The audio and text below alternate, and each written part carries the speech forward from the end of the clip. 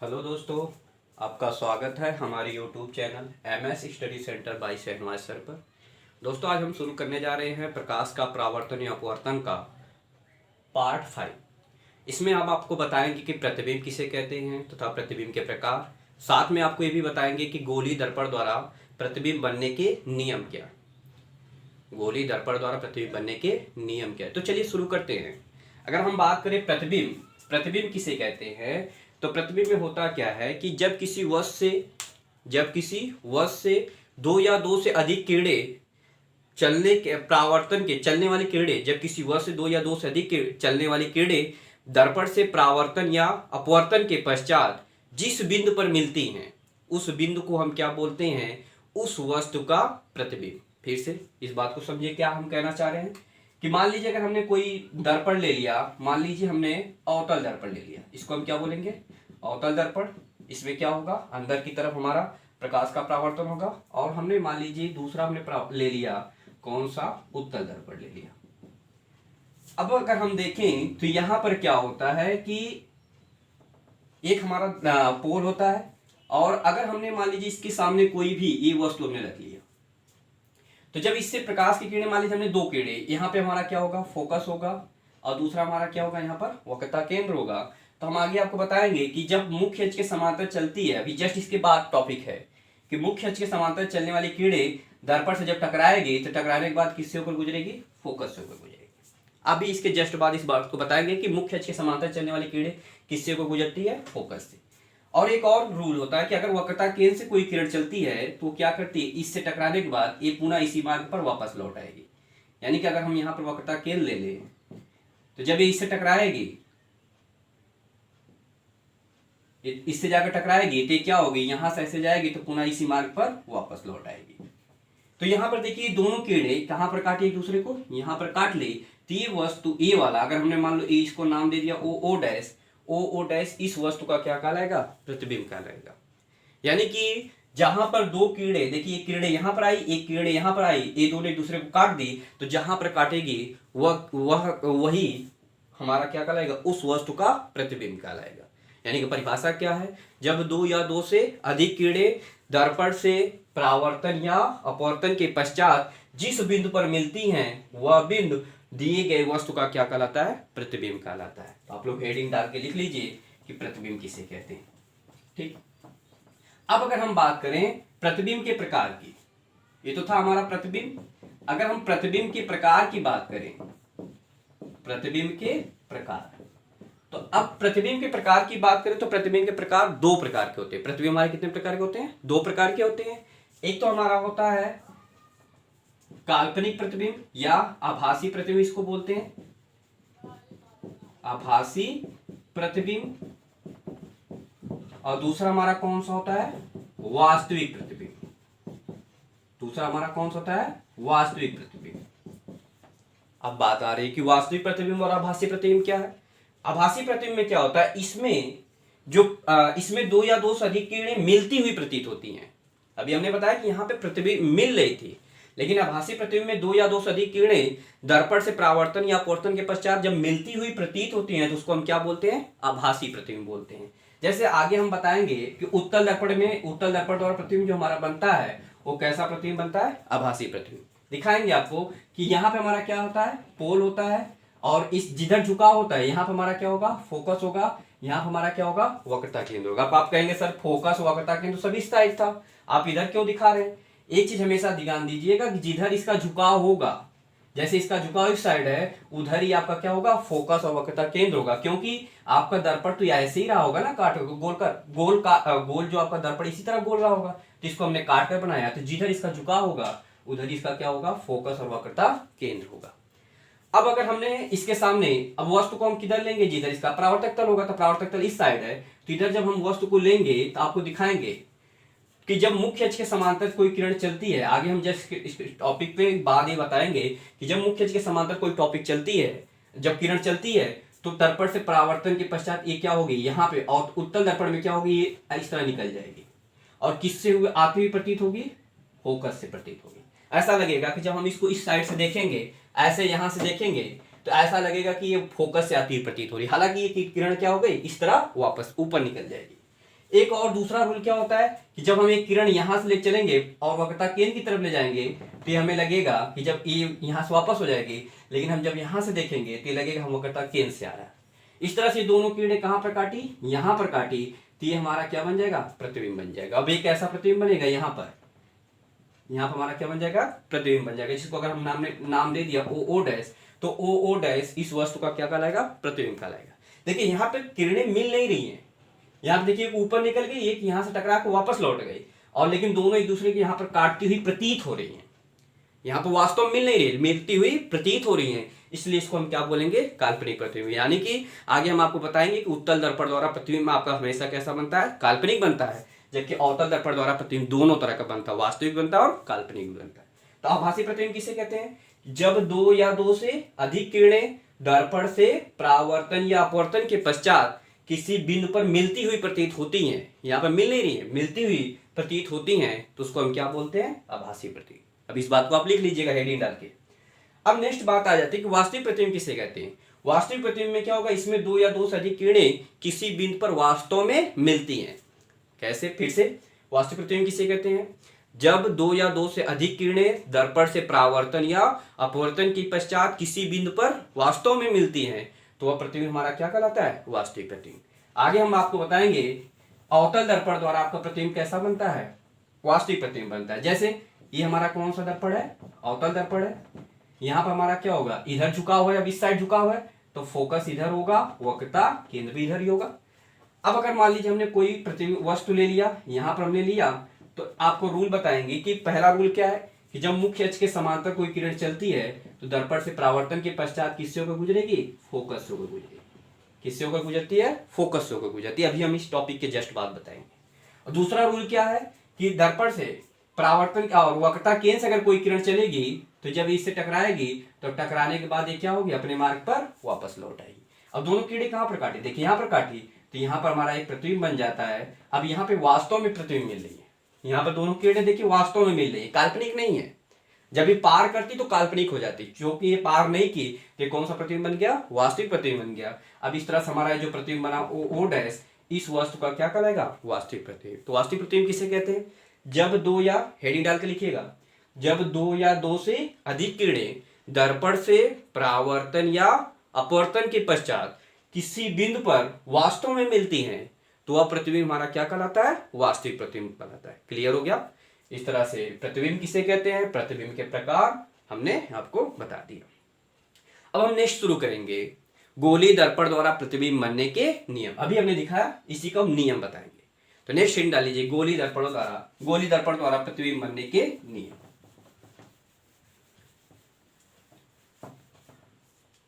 गोलीय दर्पण द्वारा प्रतिबिंब बनने के नियम।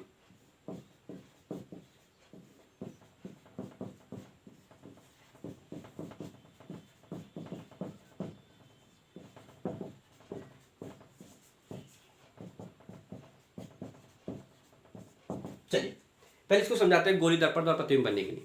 अगर हम गोलीय दर्पण द्वारा प्रतिबिंब बनने के नियम की बात करें तो गोलीय दर्पण द्वारा प्रतिबिंब बनने के कुल 3 नियम है। कौन से नियम है, पहले इसको समझाते हैं, फिर आप लिख लीजिएगा। एक पहला रूल क्या कहता है, गोलीय दर्पण का पहला रूल क्या है, इसमें क्या होता है कि अगर मान लीजिए हमने कोई भी दर्पण, दोनों दर्पण लेते हैं, ये हमारा कौन सा होगा, अवतल दर्पण होगा। यहाँ हमारा कौन सा दर्पण होगा, ये हमारा कौन सा दर्पण होगा, उत्तल दर्पण होगा। जब प्रकाश का परावर्तन उभरे हिस्से से तो उत्तल, जब प्रकाश का परावर्तन धसे हिस्से तो अवतल। यहाँ पर हमने बताया था, यहाँ पर क्या होता है, पोल होता है तथा इससे होकर जाती हुई किरण गुजरती है, जिसको हम क्या बोलते हैं, मुख्य अक्ष बोलते हैं। यहाँ पर हमारा क्या होगा, फोकस होगा, झुकाव इस साइड तो फोकस वक्रता केंद्र इस साइड, झुकाव उस साइड तो फोकस और वक्रता केंद्र उस साइड। क्लियर हो गया। तो पहला रूल क्या कहता है कि, पहला रूल कहता है कि यदि कोई प्रकाश की किरण, गोलीय दर्पण द्वारा प्रतिबिंब बनने का पहला रूल क्या कहता है कि यदि कोई प्रकाश की किरण मुख्य अक्ष के समांतर चलती है तो दर्पण से परावर्तन या अपवर्तन के पश्चात किससे होकर गुजरती है, फोकस से होकर गुजरती है। मोस्ट इंपॉर्टेंट टॉपिक है ये, गोलीय दर्पण द्वारा प्रतिबिंब बनने का नियम। तो पहला रूल क्या कहलाता है कि यदि कोई प्रकाश की किरण मुख्य अक्ष के समांतर चलती है तो दर्पण से परावर्तन या अपवर्तन के पश्चात किससे होकर गुजरती है, मुख्य फोकस से होकर गुजरती है। अब इसका मतलब क्या है, जैसे अगर हमने इसमें लिया, अगर मान लो कोई किरण मुख्य अक्ष के समांतर चल रही है, अब ये इससे टकराएगी, तो टकराने के बाद अवतल दर्पण क्या करेगा, इसको मोड़ेगा। तो जब ये मोड़ेगा किससे होकर गुजरती है, फोकस से होकर गुजरती है। देखिए फोकस से होकर गई। क्लियर हो गया कि मुख्य अक्ष के समांतर चलने वाली किरणें किससे होकर गुजरती है, फोकस से होकर गुजरती है। इसमें भी अगर हमने मान लीजिए कोई यहाँ पर वस्तु लिया, अब ये क्या होगा, यहां से कोई प्रकाश की किरण चलेगी। अब उत्तल दर्पण क्या करता है, इसको क्या करता है, फैला देता है, यानी कि बटोरता नहीं, अंदर की तरफ इसको नहीं मोड़ता है, ये बाहर की तरफ निकलती है। अब ये निकलेगी तो अब हमें किससे जाती हुई प्रतीत होगी, ऐसा लगेगा ये फोकस होकर गुजर गई। जब हम इसको यहां से ऐसे देखेंगे, यहां से देखेंगे तो ऐसा लगेगा किरण किससे को गुजर रही है, फोकस से। तो पहला रूल क्या कहलाता है कि मुख्य अक्ष के समांतर चलने वाली प्रकाश की किरणें किससे को गुजरती है, फोकस से। यहां भी देखिए मुख्य अक्ष के समांतर चलने वाली प्रकाश की किरणें दर्पण से परावर्तित, यहां अपवर्तन हुआ, देखो यहां से, तो दर्पण से परावर्तन या अपवर्तन के पश्चात किससे होकर गुजरती है, फोकस से होकर गुजरती है। तो पहला ही रूल ये है कि मुख्य अक्ष के समांतर चलने वाली किरणें दर्पण से परावर्तन या अपवर्तन के पश्चात किससे होकर गुजरती है, फोकस से होकर गुजरती है। क्लियर हो गया। दूसरा रूल क्या कहलाता है, अब इसको मिटा रहे हैं। ठीक, दूसरा रूल क्या कहलाता है, नेक्स्ट टॉपिक है हमारा, इसको पॉइंट वाइज बनाकर लिखिएगा। ठीक, दूसरा पॉइंट क्या कहलाता है, दूसरा रूल कहता है कि यदि कोई प्रकाश की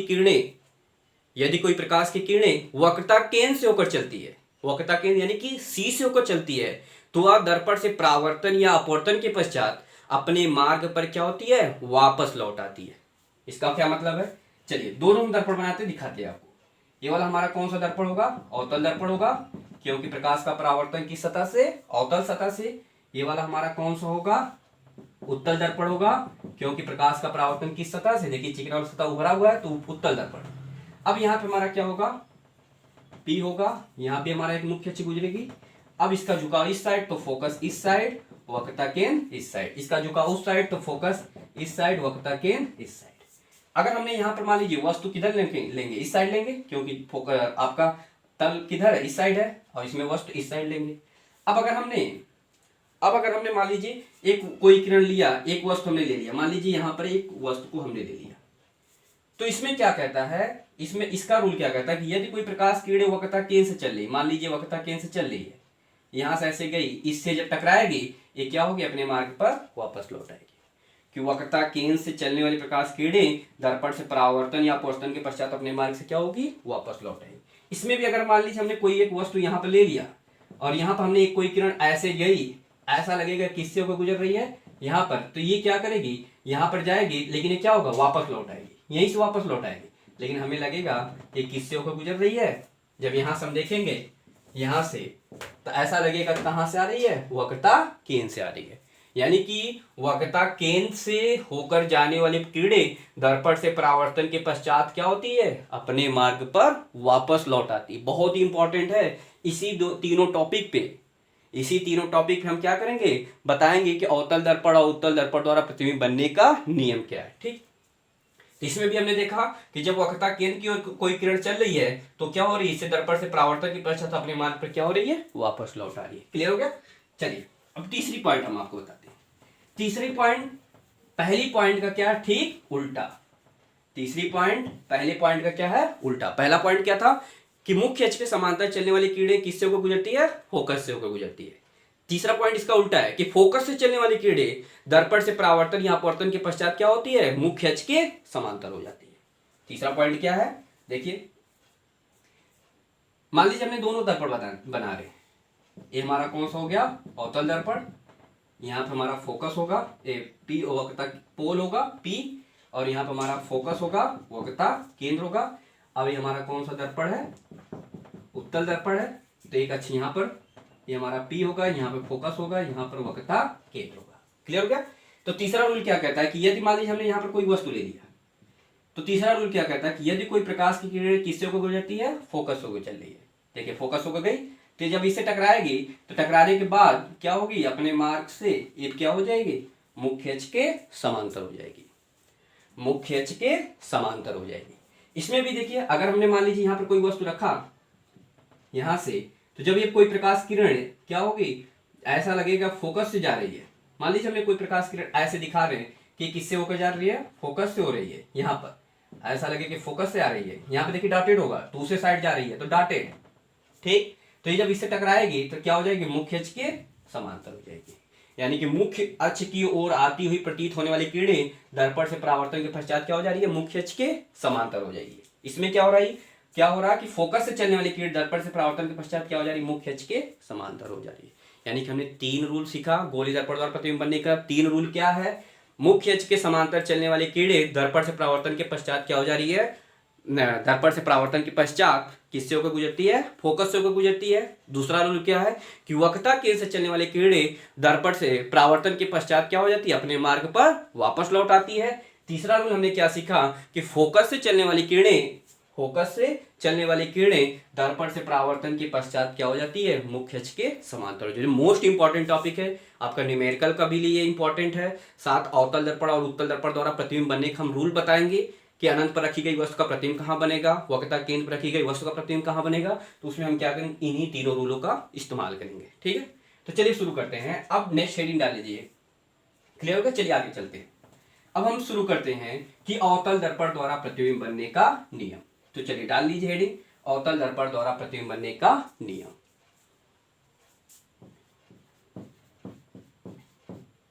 अवतल दर्पण द्वारा प्रतिबिंब बनने का नियम। तो पहले हम समझ लें अवतल दर्पण किसे कहते हैं।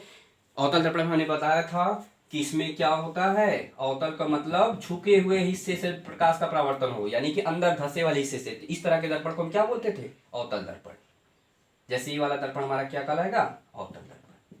अब यहां से हमारा क्या होता है, यहाँ पे एक पोल होता है और यहां से इससे होकर गुजरती हुई एक रेखा होती है जिसको हम क्या बोलते हैं, मुख्य अक्ष बोलते हैं। क्लियर हो गया। अब यहाँ पे हमारा क्या होगा, यहाँ पर हमारा फोकस होगा।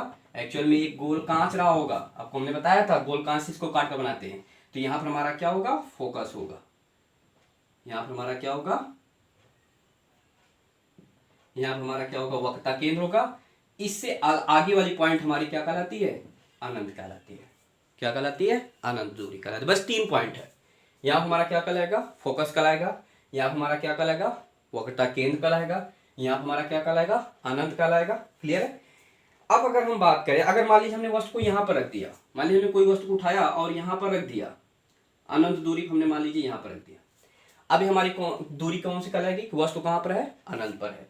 अगर हमने वस्तु को उठाकर कहाँ पर रख दिया, यहाँ पर बीच में कहीं रख दिया, तो हम कहेंगे कि हमारी वस्तु कहाँ है, अनंत तथा वक्रता केंद्र के बीच है। मान लीजिए हमने थोड़ा इसको उठाकर यहाँ पर रख दिया, तब भी आप क्या कहेंगे कि सर अनंत और वक्रता केंद्र के बीच है। अगर हमने वस्तु को उठाकर मान लीजिए यहाँ पर रख दिया, तो आप कहेंगे कि सर वस्तु कहाँ पर है, हमारा वक्रता केंद्र पर है। अगर वही चीज हमने उठाकर मान लीजिए वस्तु को यहाँ पर रख दिया, तो आप कहेंगे सर कहाँ पर है, वक्रता केंद्र तथा फोकस के बीच में है। और अगर हमने वस्तु को यहाँ पर रख दिया, तो आप कहेंगे सर फोकस पर है। इसी तरह आगे रख दिया तो फोकस तथा पी के बीच। यानी हम इन सभी स्थितियों में प्रतिबिंब के बनने, प्रतिबिंब कहाँ पर, अवतल दर्पण द्वारा प्रतिबिंब कहाँ पर बनेगा, यानी कि वस्तु को अनंत पर रखेंगे तो प्रतिबिंब कहाँ बनेगा, अनंत तथा वक्रता केंद्र के बीच में प्रतिबिंब रखेंगे, वस्तु रखेंगे तो प्रतिबिंब कहाँ बनेगा, वक्रता केंद्र तथा फोकस के बीच में रखेंगे तो प्रतिबिंब कहाँ बनेगा, तथा फोकस पर रखेंगे तो प्रतिबिंब कहाँ बनेगा, फोकस तथा ध्रुव के बीच में रखेंगे तो प्रतिबिंब कहाँ बनेगा। हम आगे इसी बात को क्या करेंगे, सीखेंगे। तो चलिए शुरू करते हैं। मान लीजिए तो पहला हमारा रूल है कि अगर वस्तु को हमने कहां पर रख दिया, अनंत पर रख दिया। अगर वस्तु को हमने वस्तु को कहां पर रख दिया, अनंत पर रख दिया, तो हमारा प्रतिबिंब कहां पर बनेगा। अब इस टॉपिक को हम क्या करेंगे, कल आपको क्या करेंगे, पार्ट 6 में हम क्या करेंगे, इसी टॉपिक को अवतल दर्पण द्वारा प्रतिबिंब बनने का रूल सिखाएंगे। क्लियर है। अगर आपको पसंद आया हो आप लाइक और सब्सक्राइब करें, साथ में क्या करें, बेल आइकॉन को दबाएं। और हाँ दोस्तों, जब ये प्रकाश का परावर्तन और अपवर्तन आपका शुरू हो जाएगा तो हम 2 मास्टर वीडियो बनाएंगे। मास्टर वीडियो का मतलब उसमें हम क्या करेंगे, 1-1 घंटे या उससे ज़्यादा टाइम का हम क्या करेंगे, 2 वीडियो बनाएंगे, जिसमें आपको क्या करेंगे, पूरा प्रकाश का परावर्तन एक, और दूसरे जो मास्टर वीडियो में प्रकाश का अपवर्तन आपको सिखाएंगे, ताकि आप एक ही जगह पे पूरी चीज को सीख सके। अभी हम छोटे छोटे पार्ट बना रहे हैं ताकि आप धीरे धीरे करके पहले आप सीखिए, फिर उसके बाद हम बड़े वीडियो को बनाएंगे तो आप एक साथ क्या कर सकते हैं, एक ही जगह पर सीख सकते हैं। चलिए, थैंक यू।